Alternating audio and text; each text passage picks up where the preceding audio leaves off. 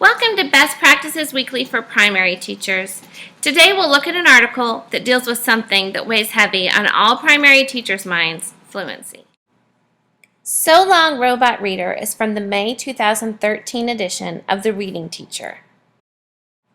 Today we'll look at the history of the push for fluency in primary grades.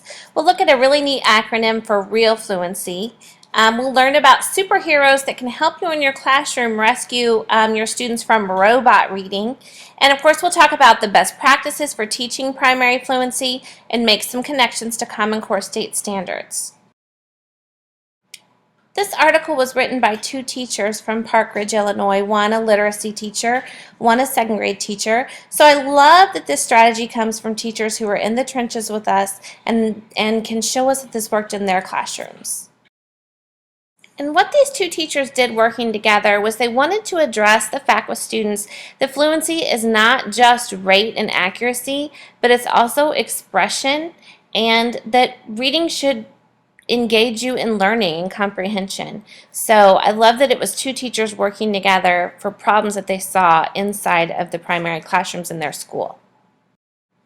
Every primary teacher across the country knows how to do a 1-minute fluency read that will tell you and it will tell students and parents how many words correctly they can read in 1 minute.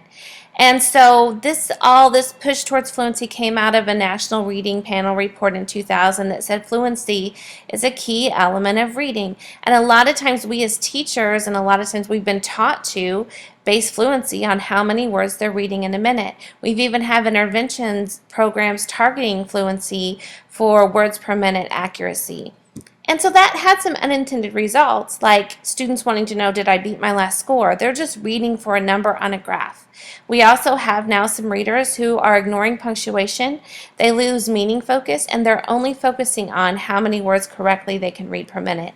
And while that is an important part of fluency, it's just one key aspect. So that's the need that the teachers who wrote this article saw.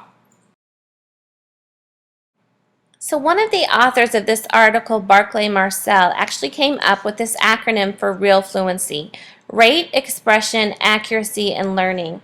And those are 4 key elements of fluency that we as teachers can do direct instruction onto our students to help ensure that we don't leave expression and comprehension behind when we're dealing with rate and accuracy in fluency. These teachers employed a fluency development lesson, and it kind of spells out for you here all the different components of that. They used it in their classroom over a week's time, and the culminating activity was actually a performance of the poem that the students had been practicing the fluency on all week long. So here comes the fun part the teachers came up with as a motivation for the students to read fluently.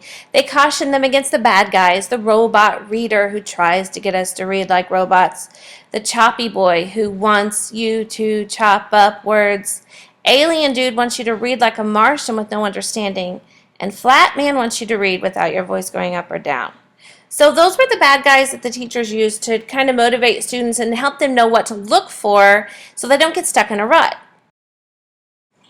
And I think every year we have a few students who read like robots. So these teachers came up with Poetry Power Man to fight the evil villains and Robot Reader. We have Super Scooper, who helps students learn how to group phrases together. Expression Man teaches students that reading isn't about speed, but when it's done well, our voices should go up and down so it sounds like talking. And Captain Comprehension prompts students to make connections, to highlight words and phrases that make them think about other things that they know about from other texts or in the real world, or a text-to-self connection. And Captain Comprehension even can elicit a short summary. So the best practices we can take back to our primary classrooms are definitely to look at the value that poetry has in fluency instruction. Try the lesson format that I showed you on here. Keep in mind about rate, expression, accuracy, and learning are all part of fluency. And balance tracking fluency words per minute with also teaching expression and comprehension strategies. I think that's a big one for primary teachers to keep in mind with our little friends.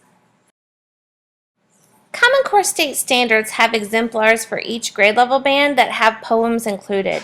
So that would definitely be a great place to start when you're looking for poetry to work with fluency in your classroom.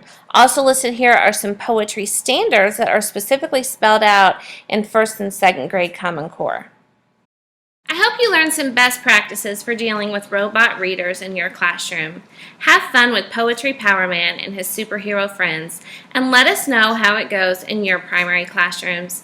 Thanks for joining us today.